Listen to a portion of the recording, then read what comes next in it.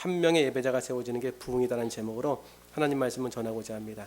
구약에서 오늘 사도행전 13장은 사도행전 11장이 바울과 바나바를 이제 그 선교사로 세우는 거죠.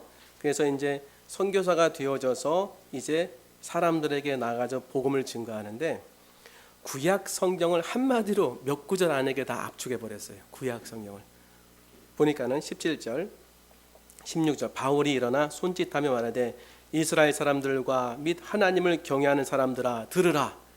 그러니까 이스라엘 사람들은 구약 성경을 다 아는 사람들이죠.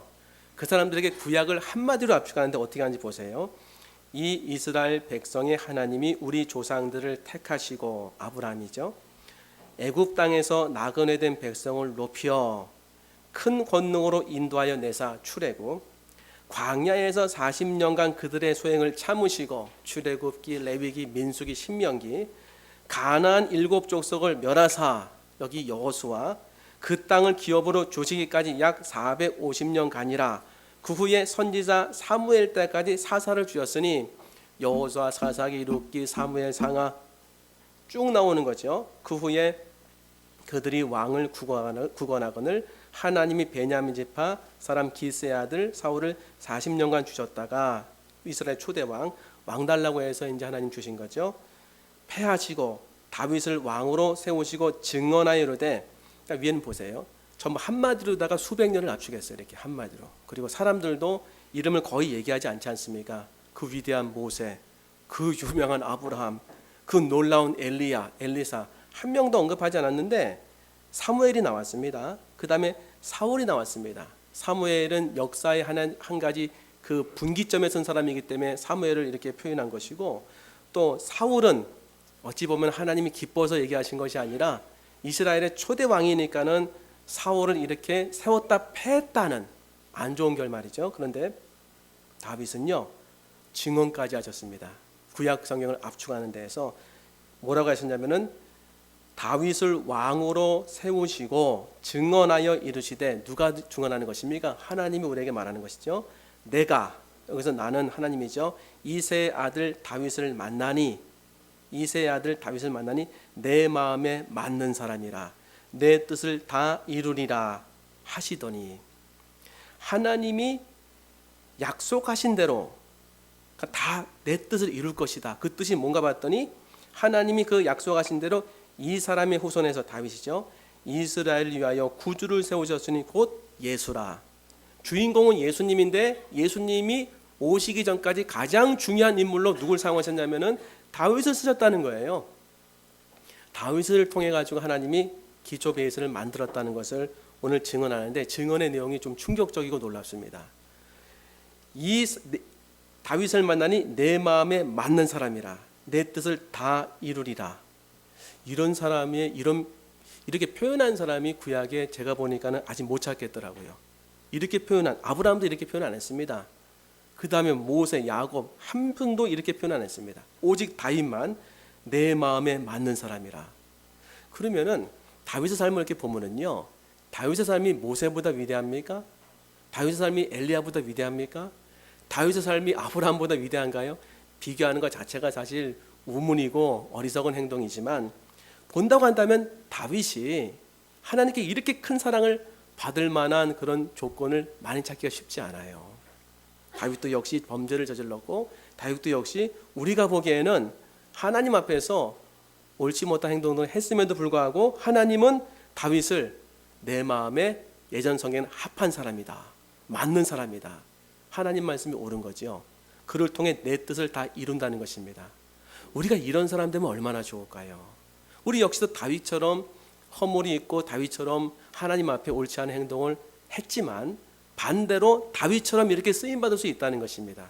다윗처럼 우리도 하나님 앞에 합한 사람이라 하나님 마음에 들 수 있을 것이며, 또 다윗처럼 어찌 보면은 내 뜻을 다 이루는 사람이 되게 하겠다, 이런 은혜를 또 우리가 받을 수 있지 않겠습니까? 오늘 우리가 나누고 싶은 것이 바로 다윗입니다. 다윗 어떤 삶을 살았길래 허물도 많고 또 그 삶도 우여곡절이 굉장히 많은데 하나님이 다윗을 이렇게 증언하셨을까? 이렇게 증언하는 사람이 예가 없는데, 다윗을 만나니 내 마음에 맞는 사람이라 내 마음에 맞는 사람이라 내 뜻을 다 이루리라. 우리가 기도 제목입니다, 여러분. 하나님, 제가 주님 마음에 맞는 사람이 되게 하시고 주님의 뜻을 다 이루는 사람이 되게 하여 주옵소서. 오늘 그래서 다윗을 통해서 다윗이 어떻게 우여곡절이 많은 인생에도 불구하고 하나님께서 말씀하신 대로 하나님 마음에 맞는 사람이 되고 하나님의 뜻을 다 이룬 사람이 되었을까? 그의 전 인생을 통해서 한번 압축해서 한번 세 가지로 다윗을 통해 은혜 시간을 나누고자 합니다. 우리 한번 첫 번째 한번 그 대지를 읽어볼까요? 첫 번째 대지. 너무 넘겨준 사람 없습니까? 예. 한번 읽어보겠습니다. 시작. 기도의 골방에서 문제를 해결했습니다. 그렇습니다, 여러분. 다윗은 특별하게 어찌 보면은 뭐 다른 사람도 기도했겠지요. 근데 그 기도의 내용과 기도의 그 태도가 좀 달랐어요. 기도의 골방에서 어떤 식으로 기도했냐면, 여러분 한번 들어보세요. 여러분은 시편을 보시면은 여호와는 나의 목자시니 내게 부족함이 없으리로다. 그가 나를 푸른 초장에 누이시며 쉴 만한 물가로 인도하신도다. 하나님을 경배하고 찬양하는 시편 잘 아시죠? 그런 거 잘 아시죠? 근데 이런 거 아시는지 한번 제가 읽어드릴게요. 다윗이 이렇게 하나님 앞에 썼던 시편이고 기도입니다. 시편 여호와여 어찌하여 멀리 서시며 어찌하여 환난 때 숨으시나이까.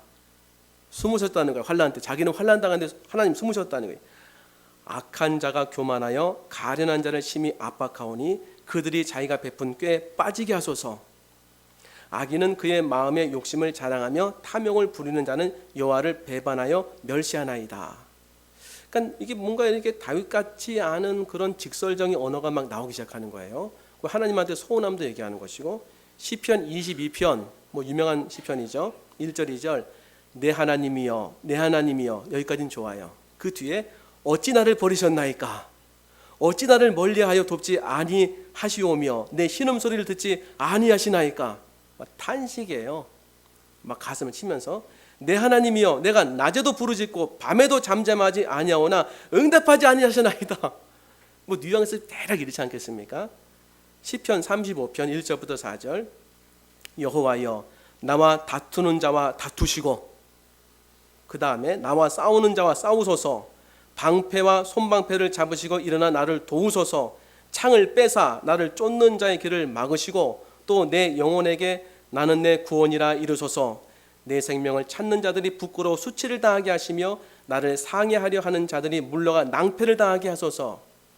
이제부터 막 본격적으로 나오는 거예요. 그래서 자신을 괴롭히는 사람은 고아가 되게, 그 자식은 고아가 되게 하고, 그 아내는 과부가 되게 하고, 그 집은 망하게 되게 하고. 이게 기도인가? 너무 의심스러울 정도로 다윗은 하나님 앞에 직설적으로 얘기했습니다. 물론 그의 삶 가운데 기쁨의 찬송도 하고 하나님을 경배하는 아름다운 시편도 있지만, 그에 못지않게 직설적이고 마음속에 담아두지 않고 모든 건 그냥 있는 그대로 얘기한 모습이 너무나 많이 나옵니다. 여러분, 여기서 우리는 무엇을 배울 수 있겠습니까? 기도의 자세를 배울 수 있는 것입니다. 그럼 기도는 우리가 어떻게 합니까? 어찌 보면 기도에 대한 너무 많은 틀을 갖고 있고, 기도를 통해서 하나님께 나가는 장애물이 생겨요. 이런 거 기도해도 되나?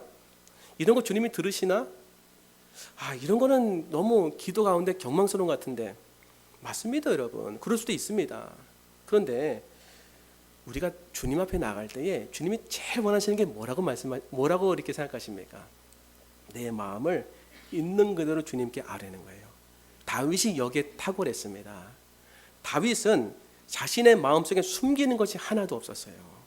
숨기는 것이.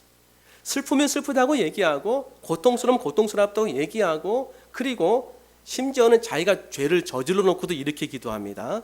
시편 51편은 유명한 그 밧세바와 간음한 다음에 다 적발되고 고발되어진 상태에서 이렇게 회개를 해요. 우리는 보통 간음하다 잡혀가지고 탄로나면은 하나님 앞에 엎드려 주여 죽여주옵소서, 주여 살려주옵소서, 뭐 이렇게 할 것 같지 않습니까? 다윗은 이렇게 기도했어요. 1절부터 3절 51편 하나님이여 주의 인자를 따라 내게 은혜를 베푸시며, 은혜 달라는 거예요.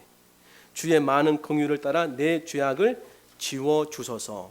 죄에 대한 회개보다 죄를 지워달라는 거예요. 나의 죄악을 맑게 씻으시며 나의 죄를 깨끗이 제하소서. 자기 편에서 다 얘기하네요. 물은 나는 내 죄가를 아오니 내 죄가 항상 내 앞에 있나이다. 그러면서 10절 보니까 하나님이여 내 속에 정한 마음을 창조하시고 내 안에 정직한 영을 새롭게 하소서. 나를 주 앞에서 쫓아내지 마시며 주의 성령을 내게서 거두지 마소서. 주의 구원의 즐거움을 내게 회복시켜 주시고 자원하는 심령을 주사 나를 붙드소서. 이게 뭐 간구인지 회개인지 구별이 안 돼요. 간구 아닙니까 여러분? 이걸 통해서 우리가 알 수 있는 게 있습니다 여러분. 다윗은요 정말 자기 마음을 이렇게 하나도 숨기지 않고 하나도 연막지지 않고 하나도 가리지 않고 그대로 드러낸 거예요. 그대로. 우리는 기도가 왜 깊어지지 않고 기도가 왜 진전이 없는가? 기도하는데 뭔가 자꾸 절제하고 정제하고 정제, 그리고 뭔가 이렇게 자꾸 내가 아는 그런 고상한 언어들만 선택해 살려는 마음이 있는 걸 통해 가지고 하나님께 나아가는 게 멈춰지는 거예요. 가슴속에서는 얘기하라고 하는데, 가슴속에서는 고백하라고 하는데, 가슴속에서는 다 지금 하나님 아시니까 털어내려고 하는데 못하는 거예요. 못하는 거. 이게 처음부터 왕창 되는 게 아닙니다 여러분. 주님 앞에 나가서 자꾸 내 마음을 이렇게 말씀드리고 안심할 수 있는 그런, 안심할 수 있는 분이라는 걸 알기 시작할 때 하는 거예요. 그러니까 우리는 10m 앞에서만 이렇게 얘기하는 거예요. 10m 앞에서. 원래 거리에 그런 개념이 있지 않습니까? 저와 여러분의 거리는 제일 가까워봤자 뭐 5m, 3m, 그 다음에 10m. 10m 정도 되면 사회적 거리라는 거예요. 부담이 없다는 겁니다. 점점 올수록 개인적 거리. 그래서 1m 안에 들어오면은 굉장히 어떤 친밀하지 않은 사람이라면 스트레스 받는다는 거예요. 너무 간절히 앞에 왔기 때문에. 우리의 기도의 거리가, 주님과의 거리가 너무 멀 수 있다는 거예요. 너무 고상한 언어들만 얘기하고 너무 하나님이 들으실 만한 것만 추려서 얘기하다 보니까 할 게 없어요. 할 게. 나중에 할 게 없어요. 정말 주님께서는 뭘 원하시냐면요, 내 마음을 이렇게 털어놓고 주님과 마음과 마음의 교제를 통해서 우리를 세우시고 인도하길 원하십니다 여러분. 하나님은요 못 드릴 게 없습니다. 제가 여러 번 말씀드렸잖아요. 우리는 두 가지의 길이 있다고. 위로부터의 영성, 우리의 영혼이 가벼워지고 거룩해지면은 하나님을 정말 그 거룩함 가운데 만날 수 있다. 반대로 아래로부터의 영성, 우리가 지저분하고 더럽지만 그 지저분하고 더럽은 곳에서 하나님을 만나고 하나님을 찾으면 주님이 만나 주신다는 거. 근데 위로부터의 영성 우리가 너무 많이 훈련을 했어요. 그러다 보니까 너무 많은, 어찌 보면은 이렇게 가식적인 마음이 있단 말이에요. 나쁜 뜻으로 말씀드리는 게 아닙니다. 더 진전하게 만드는 게 뭡니까 여러분? 진실함이에요. 진실함. 진실함 때로는요 내가 말하기 어려운 것도 다 얘기하는 게 진실함입니다 여러분. 깨끗한 것만 얘기하는 게 진실함이 아닙니다 여러분. 더러운 것도 있는 그대로 고백하는 게 진실함이에요. 이런 기도 생활을 다윗이 했기 때문에 그 마음이 항상 기도 가운데 씻김을 받았습니다. 기도 가운데 하나님으로부터 은혜의 삶을 살 수 있도록 힘을 받은 거예요. 오늘 그 이성미 집사님의 그 책이 나왔는데 그 책을 좀 여러 차례 말씀드려 갑니다. 사랑하며 살기에도 시간이 부족하다, 그런 책을 썼더라고요. 책은 두꺼운데 참 내용이 좋았습니다. 이성미 집사님이 이제 어머니가 일찍 돌아가시고 아버지가 이제 자기 뒷바라지 다 해줬다는 거예요. 그래서 뭐 파트너가 없어가지고서 누가 이제 개그맨 시험에 한번 나가보자 하는데 돼버린 거예요. 그래가지고 상금 욕심 때문에 나갔는데 대상 받아가지고 상금도 타고 연예인이 됐는데 잘 나갔습니다. 그래서 뭔가 이렇게 쉽게 돈 벌고 그리고 또 많은 그런 남들이 누리지 못하는 걸 누렸는데, 연예인의 세계가 저는 안 해봐서 모르겠지만 자꾸 이렇게 말이 와전되나 봐요. 너무 억울한 일을 많이 당한 거예요. 너무 억울한 일. 자기가 하지도 않은 얘기를 했다고 기사 쓰고 그거를 이렇게 설명하려고 하면 더 그냥 어려워지고. 그래서 이런 생각이 들더랍니다. 아, 내가 이렇게 억울한데 내가 이렇게 살아서 무엇하나 하는데, 아버지 보니까 아버지도 이제 어머니 이제 일찍 돌아가시고 그 나를 뒷바라지다가 또 그 당시에도 재혼도 하셨다는 거예요. 권면에서. 아버지도 이제 뭐 결혼 생활 행복하시고 나 하나만 없으면 되겠다. 죽음만이 유일한 탈출구겠다. 그 죽음으로 자신의 억울한 심정을 알리고 싶어서 그런 생각이 순간에 들어왔다는 거예요. 이럴 수 있지요. 약국에 가가지고서 수면제 7알을 70알을 샀다는 거예요. 술을 먹을 줄 모르는 이 자매가 이 양주 한 병을 사가지고서 이제 먹어버렸다는 거예요. 먹는 순간 모든 게 정리되는 느낌이었답니다. 그런데 다음 순간에 생각이 번쩍 지나가는 게 새벽이었나 봐요. 새벽이라도 지나가던 누군가가 나를 발견하면은 죽은 자신을 이렇게 보면서 좀 너무 이렇게 좀 아닌가 싶어서 약을 먹고 빨리 차를 타고 집으로 가야 되겠다. 거기서 이제 죽어야 되겠다 생각해서 차를 잡고 가는데 스르르 힘이 빠지더라는 거예요. 그래서 이제 집에 가가지고서 이제 가까스로 가서 침대에 딱 누우니까 기운이 다 빠졌답니다. 침대에 눕는 순간 솜털처럼 가벼워지고 구름 위에 떠 있는 느낌이었다는 거예요. 이런 거 아멘하시면 안 됩니다.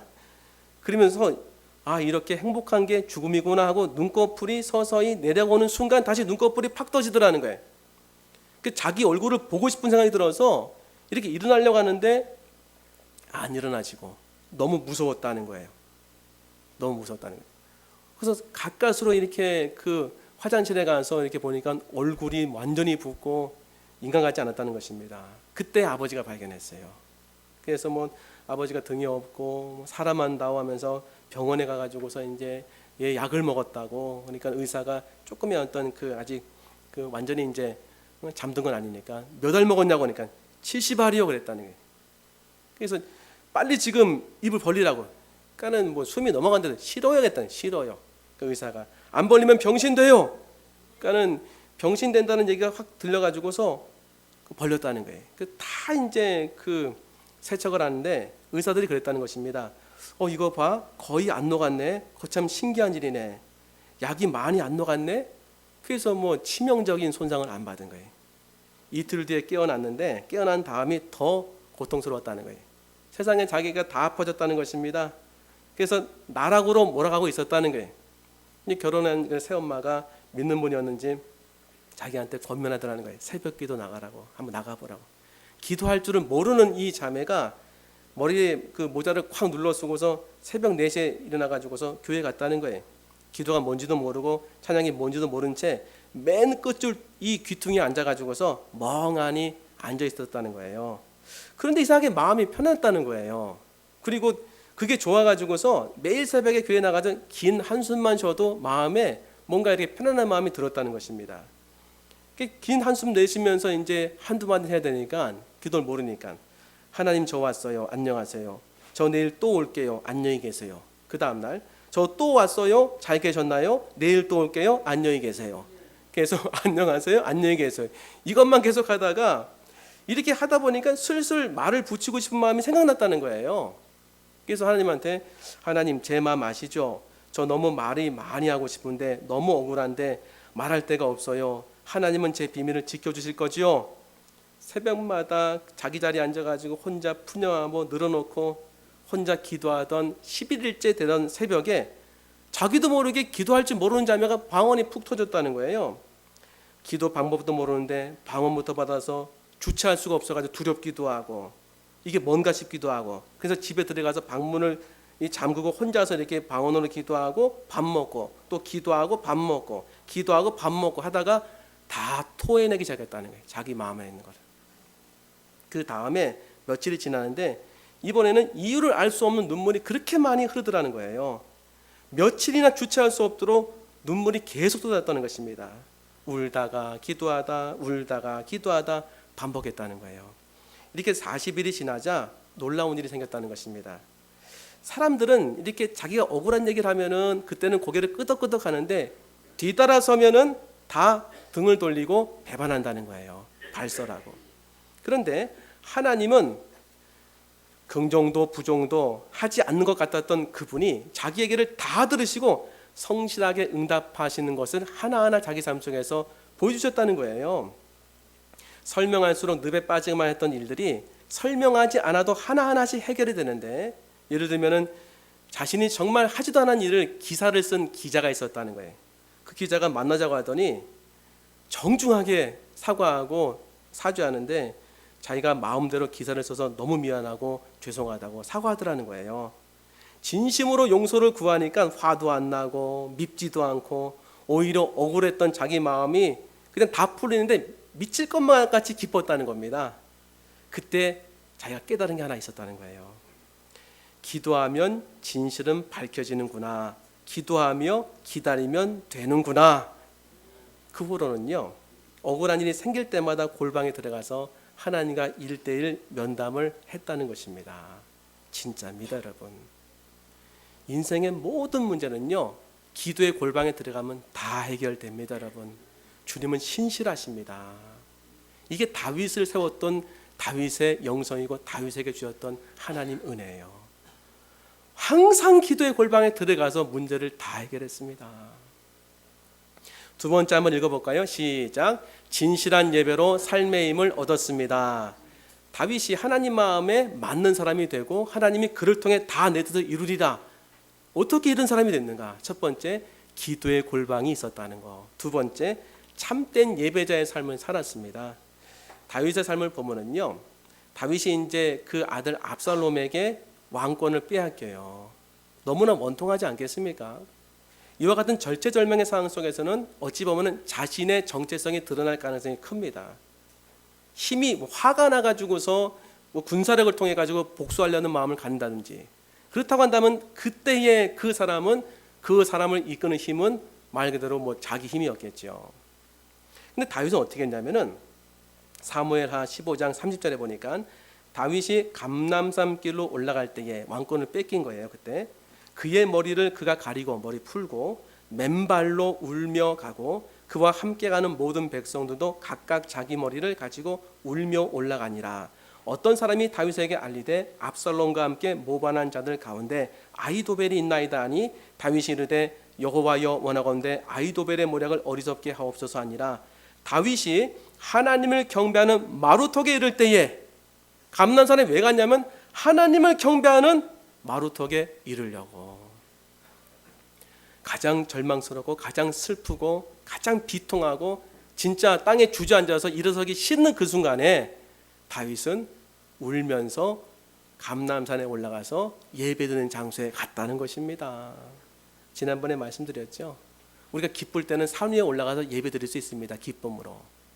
눈물 날 때 골짜기에서 이렇게 예배드릴 수 있는가?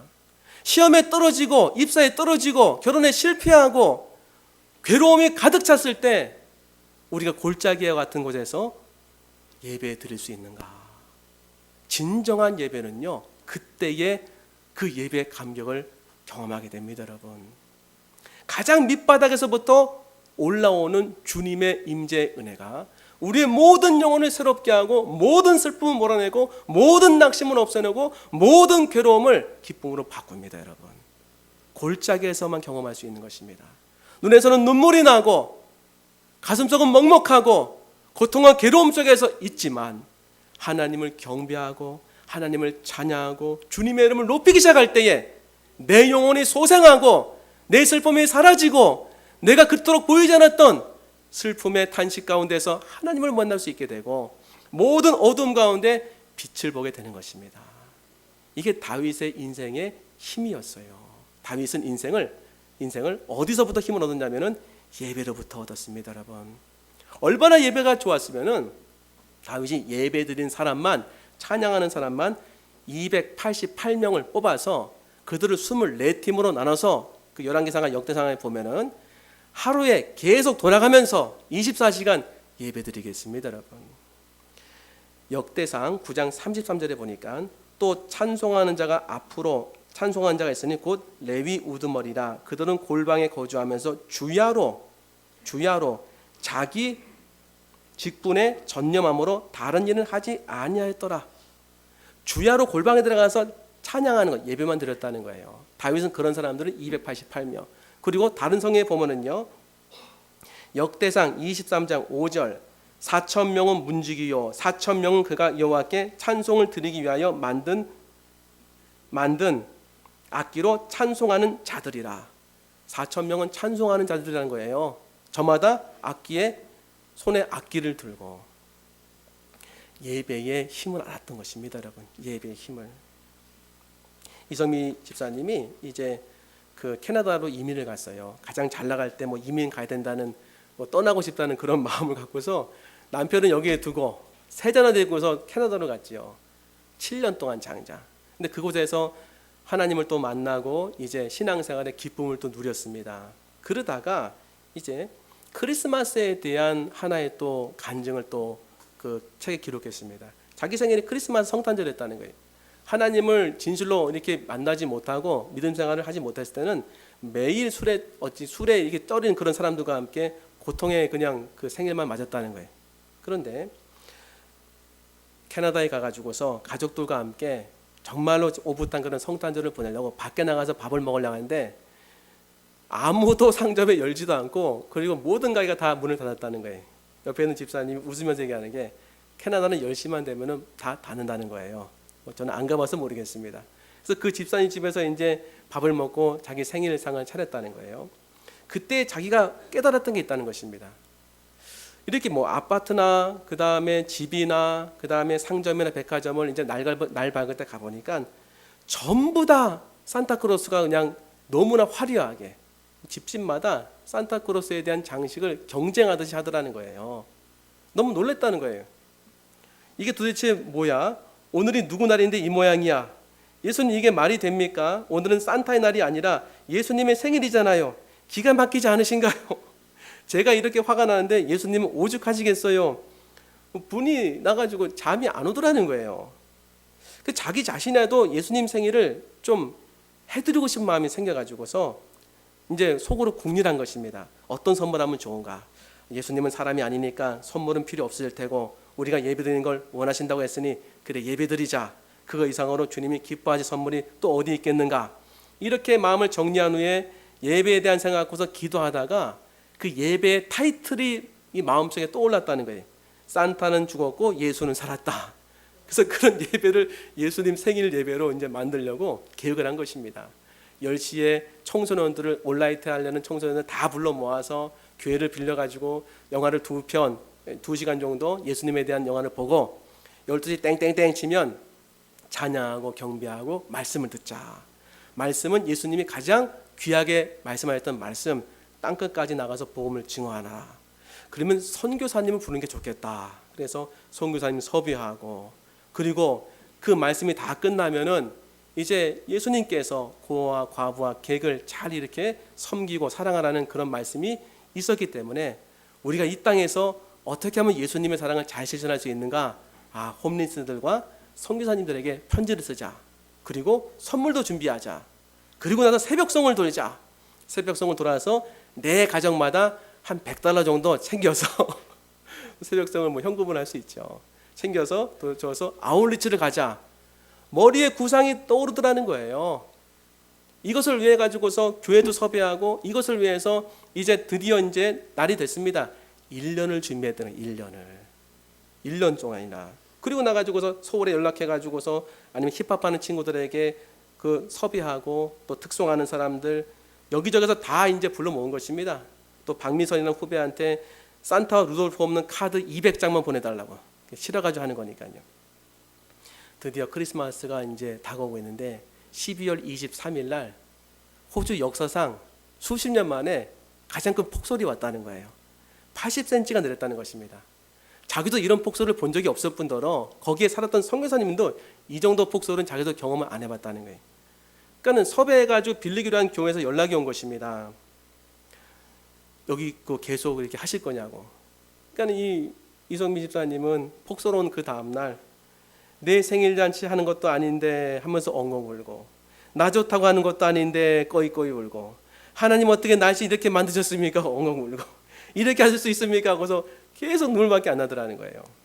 그래도 한다고 했다는 것입니다. 그러니까 그 교회에서는 우린 다 행사 취소했다고, 이 눈을 치우려면 수백 달러가 들어갈 텐데 눈 치우는 차를 이렇게 섭외하려면은 행사비보다 더 들어간다는 거예요.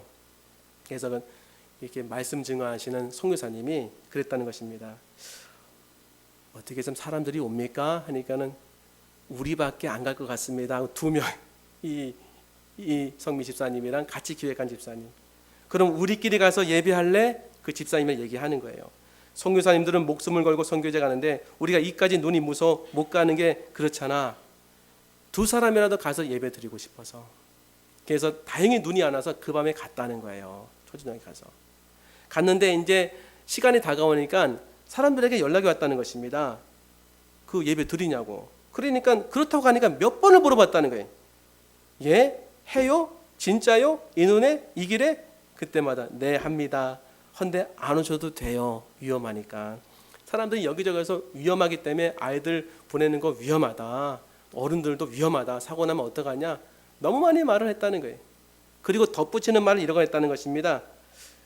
저희는 와 있어요. 두 사람. 9시 40분에 됐는데 사람들이 하나도 없는 거죠. 700성이나 됐는데 유난히 커 보였다는 거예요.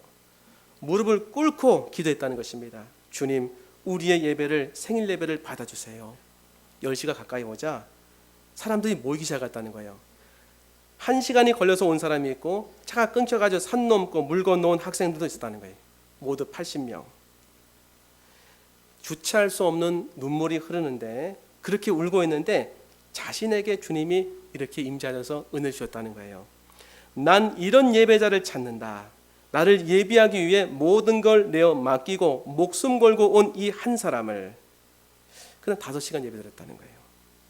나는 한 명의 예배자를 찾는다.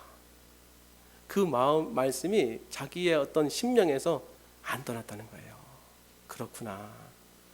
한 사람의 예배자를 찾으시는구나. 맞습니다, 여러분. 다윗 한 사람을 통해서 민족이 살아난 경우가 많이 있습니다. 한 사람의 주님은 예배자를 찾으세요. 숫자가 많은 것도 기쁘겠지요. 하지만 이 가운데 주님이 더 기뻐하시는 것은 진정으로 예배하는 사람, 자신의 모든 것을 주님께 내어 맡기고 하나님을 찬양하고 하나님을 경외하는 그 예배자, 그 예배의 삶을 다윗이 살았다는 거예요. 마지막 세 번째 한번 읽어보겠습니다. 시작. 성령의 인도하심을 따라 살았습니다. 다윗 보고 하나님이 내 마음에 드는 사람이다. 내 뜻을 네가 다 이루리라. 이렇게 얘기한 그 너무 놀라운 말씀. 어떤 삶을 살았길래, 어떤 일을 했기 때문에 기도의 골방에서 늘 주님 앞에 말씀드리고 예배를 통해서 늘 힘을 얻고 주님을 경배하고, 마지막 세 번째는 성령을 따라 살았습니다. 다윗은요. 전쟁의 상황이에요. 지금 전쟁의 상황. 사무엘상 23장에 보니까 1절부터 5절. 사람들이 다윗에게 전하여 이르되 보소서 블레셋 사람이 그일라를 쳐서 그 타작마당을 탈취하였나이다 하니, 위급한 상황이잖아요. 이때 사울은 하나님 앞에 불순종하지 않았습니까?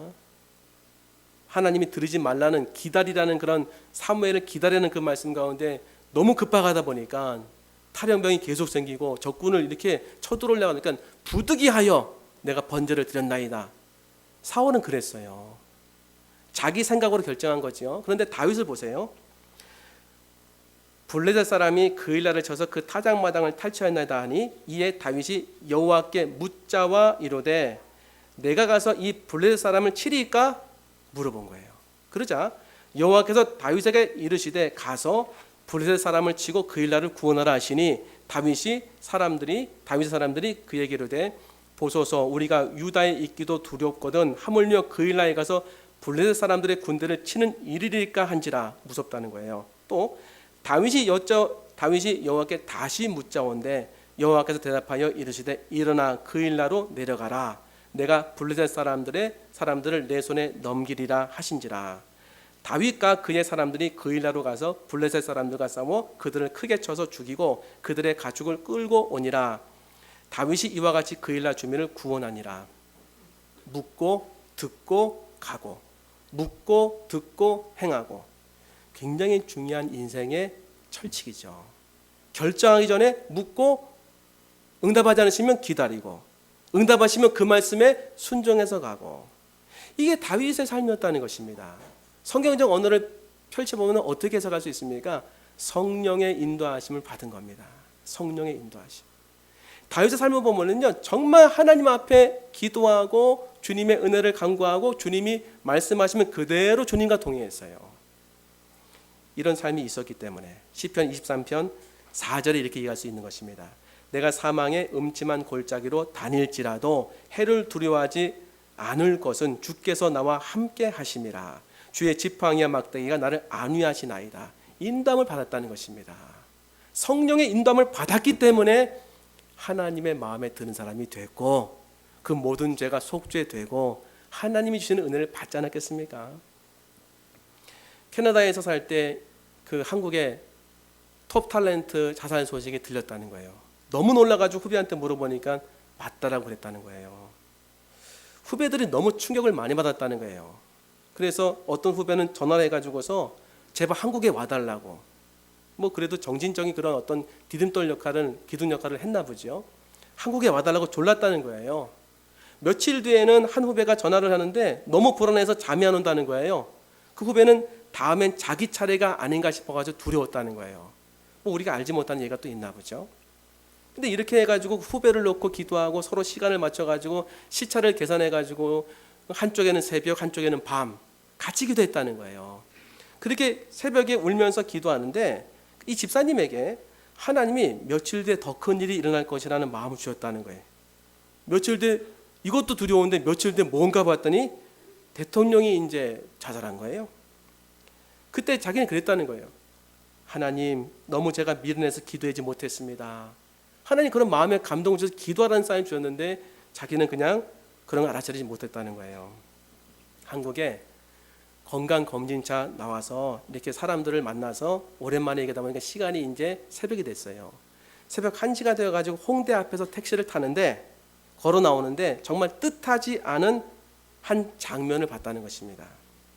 길바닥에 이게 쓰러졌는데 술에 만취돼 가지고서 여학생이 쓰러졌다는 거예요. 그런데 술에 만취해 쓰러진 여학생을 예수님이 울며 끌어안고 있는 모습을 봤다는 거예요. 그리고 자기 자신의 깊은 곳에서 뜨거운 눈물이 솟구쳤다는 것입니다. 그 모습을 보면서 주님, 제가 저 한 아이를 살릴 수 있다면 저 다시 이곳에 오겠습니다. 오고 싶은 마음이 하나도 없었다는 거예요. 왜? 거기서 기반이 쌓아졌으니까. 하지만 주님이 오라고 하면 오겠습니다. 주님께서 가라 그랬습니다. 가라. 가기 싫다고 했는데 가라. 그래서 왔다는 거예요. 7년 뒤에 2009년도 9월에 7년 만에 이제 한국에 돌아와서 새벽 재단을 쌓았는데 새벽에 거리에 나가니까 여전히 술을 먹고 비틀거리는 사람들, 그 다음에 병들이 널브러져 있고 그때까지 앉아가지고 주저리 자기의 얘기를 하는 사람들의 모습을 이렇게 보면서 그런 마음이 들어오더라는 거예요. 그들의 외로움이 느껴졌다는 거예요. 자기 마음속에 저들이 저렇게 얘기하고 지금까지도 갈 바를 알지 못하는 걸 보면 저 마음속에 공허함이 있구나. 그 사람들 위해서 기도하기 시작했다는 거예요. 주님, 저 사람들도 당신의 자녀입니다. 그냥 버려두지 마시고 주님의 길로 돌아오게 해주세요. 그러니까 주님 앞에 무릎을 꿇고 기도하냐 뜨거운 눈물이 또 나왔다는 거예요. 자기처럼 느껴졌다는 것입니다. 그러면서 새벽마다 일어나 기도하고 특별히 한국에 가기 싫다고 했는데 주님께서는 너는 여기서 혼자 있을래? 아니면 나랑 같이 갈래? 그런 마음의 감동을 자꾸 주셔가지고 갔다는 거예요. 그럼 한국에 오면은 엄청나게 큰 일이 일어날 줄 알았다는 거예요. 자신이 가는 곳곳마다 능력이 나타나고 홍해가 갈라지고 만나가 임하고 이럴 줄 알았다는 것입니다. 근데 성경 속에서 기대했던 그런 기적은 하나도 일어나지 않았다는 거예요. 너무 고요했다는 거예요. 실망이 돼가지고 하나님께 따졌다는 것입니다. 아니, 하나님 이 땅으로 돌아가라면서요. 그래서 왔잖아요. 그런데 이게 뭡니까? 왜 아무 일도 안 생기죠? 뭔가 놀랄만한 표적이 일어나고 사건이 터져야 하는 거 아닌가요? 이렇게 아무 일도 보여주지 않으면서 왜 저한테 이 땅으로 돌아오라고 하셨나요? 그래서 주님께서는 전혀 다른 마음의 감동을 주셨다는 거예요. 눈물로 단을 거두라. 주님, 무슨 단을 거두라는 겁니까? 그러자 하나님께서는 밑도 끝도 없이 한 불모지를 이렇게 보여주시면서 마음의 감동을 주셨다는 거예요. 자, 이제 내가 눈물을 흘려서 싹을 내야 할 땅이다. 곳곳에 씨가 뿌려져 있으니 눈물로 그 싹을 띄워라. 아니, 하나님, 내가 씨앗을 어디에 심겨 있는지 알아야 눈물로 싹을 내지 않겠습니까? 이 넓은 땅에 언제 눈물로 싹을 내라는 것입니까? 하나님 뿌려주신 그 씨앗이 어디 있습니까? 기가 막혀가지고 항변을 하자 하나님 방법까지도 알려주셨다는 거예요. 내가 곳곳에 씨를 뿌려 놓았으니 넌 눈물로 기도하라. 내가 무릎 꿇고 눈물로 기도하는 그곳에서 내가 보여줄 것이다. 그 눈물이 싹을 틔울 것이다. 그때까지 눈물로 기도하라. 조용히 자기 자신을 타일러셨다는 거예요. 그러면서 급한 마음으로 뛰지 말고 뜨거운 열정으로 이를 그르치지 말고 먼저 무릎으로 기도하라. 자기가 깨달은 것은 하나님의 일은 하나님이 하시는구나. 주만 바라봐야 되겠구나. 지난주에 저희가 기도하는 제목이 있지 않습니까? 마정리에 또 연풍리에 기도처와 교회가 세워지게 해달라고. 그래서 지난주에는 마정리에서 한 7분 정도가 예배를 드리는데 참 은혜가 넘쳤습니다. 그래서 찬송도 하고 뭐 돈으로도 못 가야 하는데 할머니들이 그러시다고, 내가 미칠 것 같다고 여기 오면은 한 10분밖에 안 되셨는데 우리 김영전 선생님이 돈으로도 못 가야 그 최고로 하시는데도 따라 하시면서 좋아하시더라고요. 그거 보면서 좀 더 섬겨야 되겠다 그런 마음을 가졌는데, 연풍리에 가서 이제 저희가 교회를 세우기 위해서 장소를 물색했습니다.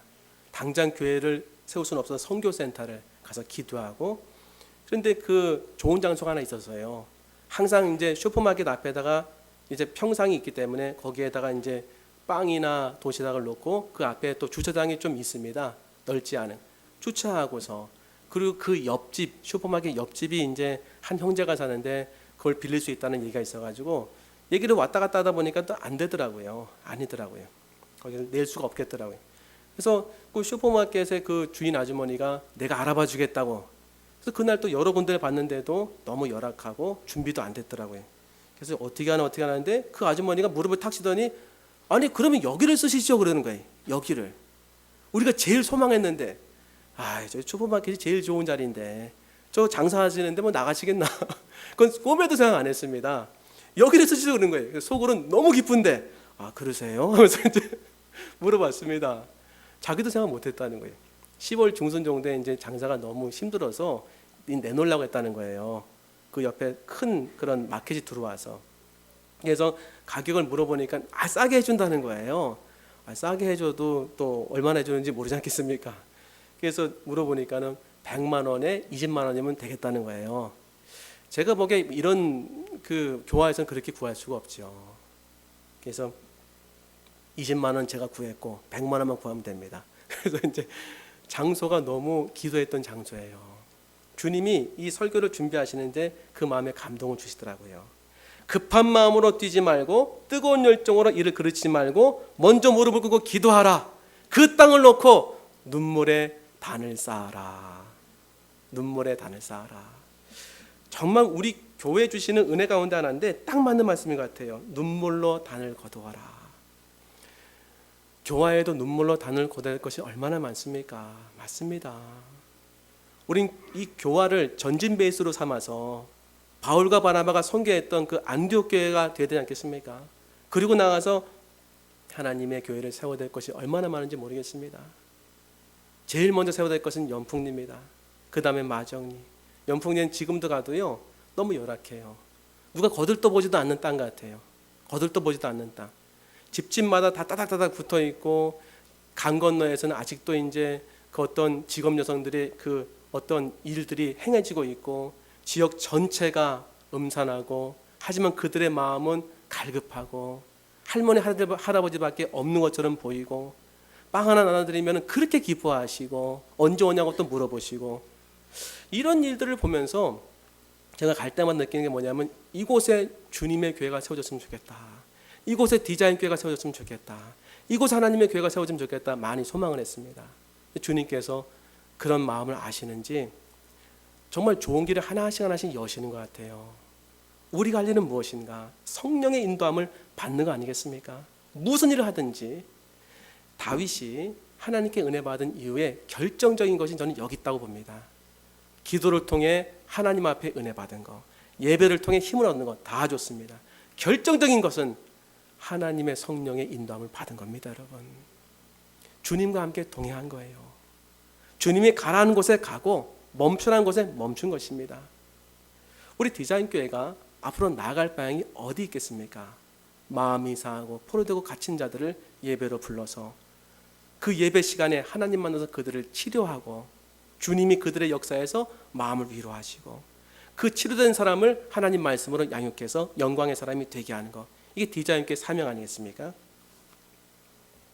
오늘 우리가 이 세 가지를 마음에 품었으면 좋겠습니다. 여러분, 꼭 교회의 사명이 아니더라도 우리가 인생을 살 때 하나님 마음에 합한 사람이 됐던 이 다윗의 삶을 보면요, 우리도 이렇게 할 수 있습니다. 부족하지만 문제가 생길 때마다 기도의 골방에 들어가는 거예요. 다윗처럼 그냥 다 얘기하는 것입니다. 사람에게 토로할 필요 없지 않습니까? 다 얘기하는 거예요. 슬픈 마음, 또 때론 죄악들 다 얘기하는 것입니다. 그리고 예배 시간에 온 마음으로 주님을 경배하는 거예요. 온 정성으로 주님을 찬양하는 것입니다. 그때 주님이 우리에게 힘을 주십니다. 여러분. 그리고 나서 언제나 주님의 성령의 인도함 받겠다고 각오하는 거예요. 저는 저 혼자 나가지 않겠습니다. 주님과 동행하겠습니다. 주님이 가라는 곳, 주님이 원하시는 곳에 제가 서 있겠습니다.